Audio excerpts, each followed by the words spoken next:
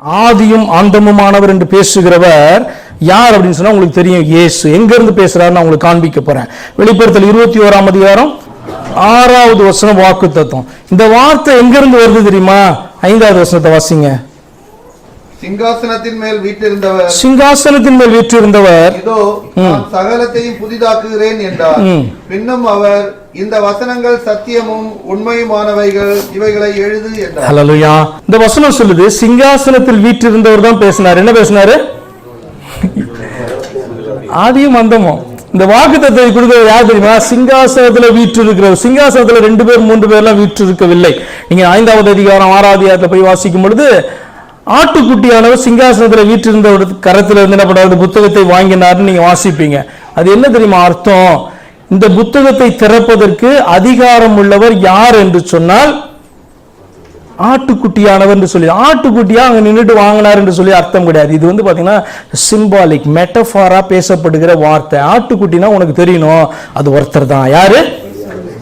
எனக்காக அடிக்கப்பட்டவர், எனக்காக பலியானவர், எனக்காக மரித்தவர். அவர் ஏன் அதிகாரத்தை பெற்றுக்கொள்ள வேண்டும்? நீங்க ஒரு நினைக்கலாம், இயேசு கிறிஸ்து சொல்லும்போது எனக்கு சகல அதிகாரம் கொடுக்கப்பட்டிருக்குன்னு சொல்றாரு. அங்கேயும் பாத்தீங்கன்னா கனத்துக்கும் மகிமைக்கும் பாத்திரராய் இருக்கிறீர், அதை பெற்றுக்கொண்டு இருக்கிறீர் அப்படின்னு சொல்லி வேதம் சொல்லி. ஏன் பெற்றுக்கொள்ளணும்? நீங்க யோசித்து பாருங்க. அவர் ஏன் அதிகாரத்தை பெற்றுக்கொள்ள வேண்டும் என்று சொன்னார்? அவருடைய வார்த்தையை அவருக்கு தடை பண்ணுகிறபடியா. என்ன தடை பண்ணும் அப்படின்னு சொன்னா, அவர் உன்னை ரட்சிக்கிறதுக்கு அவருடைய வார்த்தை தடை பண்ணும். என்ன? அவர் மேல இருந்து என்ன பண்ண முடியும்? உன்னை ரட்சிக்க முடியும் அவரால. ஆனா ஒண்ணு தடை பண்ணும். என்ன தெரியுமா? அவருடைய வார்த்தையை தடை பண்ண. என்ன சொல்லியிருக்காரு அவரு? நான் சொன்னதை போல பாவத்தின் சம்பளம் அப்படின்னு சொன்ன அவருடைய வார்த்தை உன்னை அக்கினில அழிக்கணும். அடுத்தது அவர் என்ன சொல்லியிருக்காரு? ரத்தம் சிந்துதல் இல்லாமல் பாவ மன்னிப்பு இல்லை அப்படின்னு யார் சொன்னார்? மோசேலாம் சொல்லல. என்ன அவர் சொன்னார்? ரத்தம் சிந்துதல் பாவ மன்னிப்பு. அப்ப இந்த வார்த்தைகள் யாரை தடை பண்ணும்?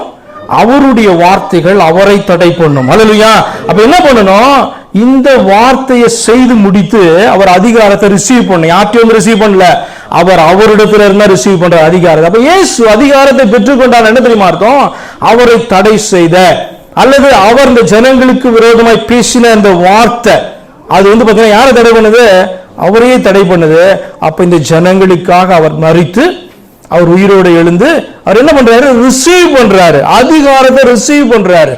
அப்ப இந்த ஆட்டுக்குட்டியானதான் அந்த புத்தகத்தை வாங்க முடியும். இந்த ஆட்டுக்குட்டியானதான் உன்னை நியாயம் தீர்க்க முடியும். அவர் தான் நியாயம் தீர்ப்பதற்கு அதிகாரம் உள்ளவராய் காணப்படுறாரு. என்னன்னா அவருடைய வார்த்தையின்படியே அவரை இதுவரைக்கும் தடை செய்து கொண்டிருந்த வார்த்தை அல்லது உனக்கு விரோதமாய் செயல்படப்படுகிற அந்த வார்த்தை என்ன பண்ணாரு? தானே செய்து முடித்து. ஹல்லேலூயா. நியாயப்பிரமாணத்துக்கு முடிவாய் இருக்கிறார் சொன்னா உனக்கு எதிராய் காணப்பட்ட அத்தனை என்ன பண்ணார்? அவர் என்ன பண்ணார்? தாமேல ஏற்றுக்கொண்டு உனக்காய் அதெல்லாம் செய்து முடித்து he received the authority. எதுக்கு? உன்னை ரட்சிக்க, உன்னை நியாயம் தீர்க்க அதிகாரத்தை பெறுகிறதே அது குறிக்குது. அதனால அந்த ஆட்டுக்குட்டி என்றவர் வேற யாரோ, சிங்காசனத்தில் உட்கார்ந்து இருந்தவர் வேற யாரோ கிடையாது. ஆதியும் அந்தமுமானவர் என்று சொல்லப்படுவது இயேசுவை குறிக்கிற வார்த்தை. அந்த வார்த்தை எங்க இருந்து தெரியுமா வருது? சிங்காசனத்திலிருந்து வருது. அதான் 5வது வசனம். சிங்காசனத்தில் வீற்றிருந்தவர், இதோ நான் சகலத்தையும் புதிதாக்குகிறேன். பின்னும் அவர், இந்த வசனங்கள் சத்தியமும் உண்மையும் உள்ளவைகள், இவைகளை எழுது. அதனால்தான் வேதம் சொல்லுது, இந்த வெளிப்படுத்தல வாசிக்கிறவங்க கூட என்னவா? பாக்கியவானா. இந்த வாசிக்கிறவங்க கூட பாக்கியவானா. ஏன்னா சத்தியத்தை அவ்வளவு தெளிவாய் இந்த வெளிப்படுத்தல் காண்பிக்குது. சரி, சிங்காசனத்தில் வீற்றிருந்தவர் தொடர்ந்து பேசுகிறார் பாருங்க. 6-7 வசனங்களை வாசிங்க. அன்றியும் அவர் என்னை நோக்கி, ஆயிற்று, நான் அல்பாவும் ஒமேகாவும் ஆதியும் அந்தவுமாய் இருக்கிறேன். தாகமாய் இருக்கிறவனுக்கு நான் ஜீவ தண்ணீருட்டில் இலவசமாய் கொடுப்பேன். ஜெயங்கொள்ளுகிறவன் எல்லாவற்றையும் சுதந்திரித்துக் கொள்வான். நான் அவன் தேவனாய் இருப்பேன், அவன் என் குமாரனாய் இருப்பான். ஹல்லேலூயா. போன வாரம் கொஞ்சம் பார்த்ததை குறித்து அவர் என்ன சொல்றாரு? அவரு என்னை நோக்கி, ஆயிற்று, முடிஞ்சது, அல்பாவும் ஒமேகாவும் நான் தான், தாகமாய் இருக்கிறவனுக்கு நான் ஜீவ தண்ணீர் ஊற்று இதுவும் பார்த்தீங்கன்னா நியூ டீச்சிங் கிடையாது. பழைய ஏற்பாட்டிலையும் காணப்படுது. ஏசாயாவிலையும் தாகமாய் இருக்கிறவர்கள் என்னிடத்துல இலவசமாய் பெற்றுக்கொள்ளுங்க. இயேசு சொல்றாரு, தாகமாய் இருக்கிறவர்களே நீங்கள் என்னிடத்தில் வாருங்கள், நான் உங்களுக்கு தருவேன் அப்படின்னு சொல்லிட்டு ஐ திங்க் யோவான் 7ஆம் அதிகாரம் என்று சொல்லி நினைக்கிறேன். அங்க இருக்கிற அதே வார்த்தையை தான் அவர் பேசுகிறார். ஹல்லேலூயா. அப்ப இந்த இடத்துலயும் அவர் பேசுறாரு. என்ன பேசுறாரு அப்படின்னு சொன்னா, ஜீவ தண்ணீர் வீட்டில் இலவசமாய் கொடுப்பேன். ஜெயம் கொள்ளுகிறவன் என்ன ஜெயம் கொள்ளுகிறான்? நான் போன வாரம் எக்ஸ்பிளைன் பண்ணேன். இதுக்கு விரோதமாய் பல ராங் டீச்சிங் வரும். ஹல்லேலூயா. தேவன் யார் என்பதற்கும் இயேசு யார் என்பதற்கும் விரோதமாய், ரட்சிப்பு எப்படி அடைய முடியும் என்பதற்கு விரோதமாய் பல விதமான உபதேசங்கள் வரும். இதெல்லாம் நீ ஜெயம் கொள்ளணும். வெளிப்படுத்தல இந்த காரியங்களுக்கு காணப்படும். என்ன ராங் டீச்சிங்ஸ்லாம் காணப்படுது, இதெல்லாம் நீ எப்படி மேற்கொள்ள வேண்டும். எப்படி மேற்கொள்வ? ஆட்டுக்குட்டியோட ரத்தத்தினாலும் வசனத்தினாலும் அவனை அப்படிதான் ஜெயிக்க முடியும். ராங் டீச்சிங்க, பிசாசை நீங்க ஆட்டுக்குட்டியோட ரத்தத்தினாலும் சாட்சியின் வசனத்தினாலும் அப்படின்னு சொன்னா, உனக்காய் ஆட்டுக்குட்டியாய் வந்தவர் யார் என்று சொல்லி உனக்கு என்ன பண்ணணும், ரொம்ப தெளிவாய் தெரியல அப்படின்னு சொன்னா, வேற ஒரு ஆட்டுக்குட்டி மரிச்சதுன்னு நினைச்சிட்டு இருப்ப, உனக்கு ரட்சிப்பு உண்டாக முடியாது. தேவன் வைத்திருக்கிற வழியை நீ அறியாதிருப்பாய். முக்கியமாக ஒரு காரியத்தை சொல்றார், நான் அவன் தேவனாய் இருப்பேன், அவனே நான் தான். ஆல்பா ஒமேகா அப்படின்னு சொல்றவர் தான் பிதா. அவனுக்கு அவன் எனக்கு குமாரனாய் இருப்பான். மற்றவங்களுக்கு எல்லாம் பாத்தீங்க அப்படின்னு சொன்னா அவர் தேவன் கிடையாது. இயேசு வேற யாரோன்னு சொல்றவங்களுக்கு எல்லாம் பாத்தீங்கன்னா அவர் பிதா கிடையாது, அவர்கள் எல்லாம் அவருடைய குமாரர்கள் கிடையாது. அதுதான் அந்த வசனம் அழகாய் சொல்லி. இன்னும் உங்களுக்கு தெளிவாகலன்னா இந்த வசனம் எப்படி ஆரம்பிக்குதுன்னு பாருங்க. 21ஆம் அதிகாரத்துல முதல் 4 வசனத்தை படிச்சு முடிச்சிருவோம்.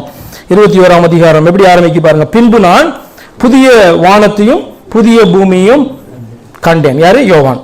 முந்தின வானமும் முந்திய பூமியும் ஒழிந்து போயின. என்ன நடக்க போகிற ஒரு காரியத்தை குறித்து அவன் தரிசனமாய் பார்த்ததை அங்க எழுதி வைத்திருக்கிறான்.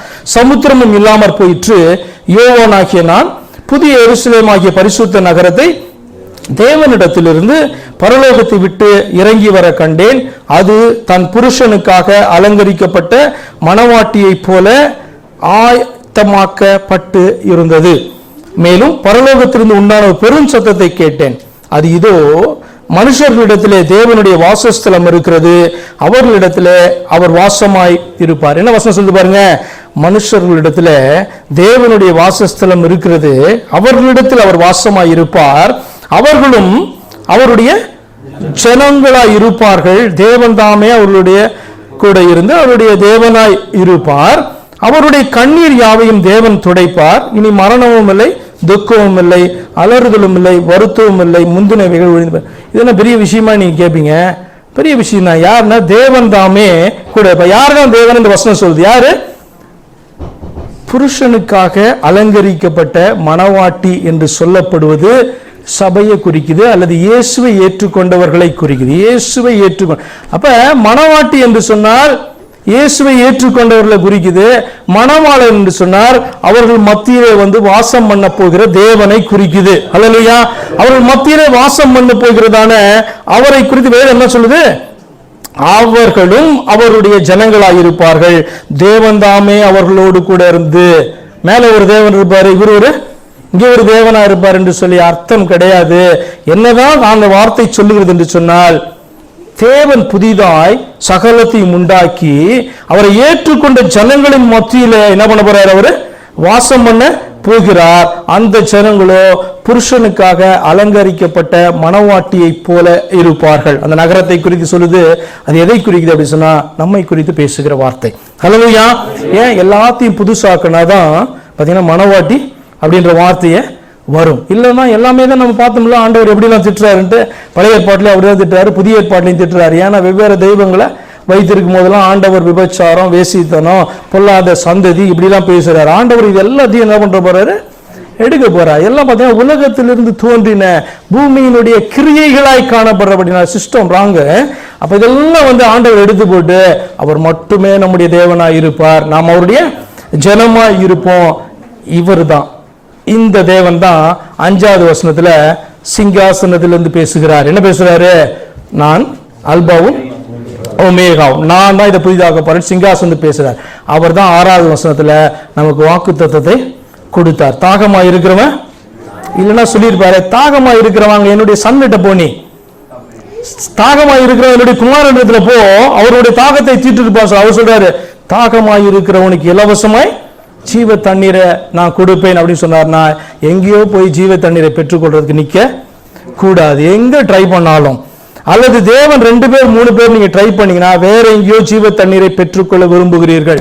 தேவன் 2 பேர் 3 பேரும் ட்ரை பண்ணீங்கன்னா வேற எங்கேயோ அறியாதபடி ஆவியை பெற்றுக்கொள்ள விரும்புகிறீர்கள். தேவன் 2 பேர் 3 பேர்னா வேற இருந்து ஏதோ அபிஷேகம் என்ற பெயர்ல பெற்றுக்கொள்ள விரும்புறீங்க, தீர்க்க தரிசனம் என்கிற பெயர்ல பெற்றுக்கொள்ள விரும்புறீங்க, ஏதோ அடையாளம் என்கிற பெயர்ல பெற்றுக்கொள்ள விரும்புறீங்க. வேத வசனத்தை தவிர உங்களுக்கு வேற அடையாளமே கிடையாது. இந்த இயேசுவை அறிந்து கொள்ள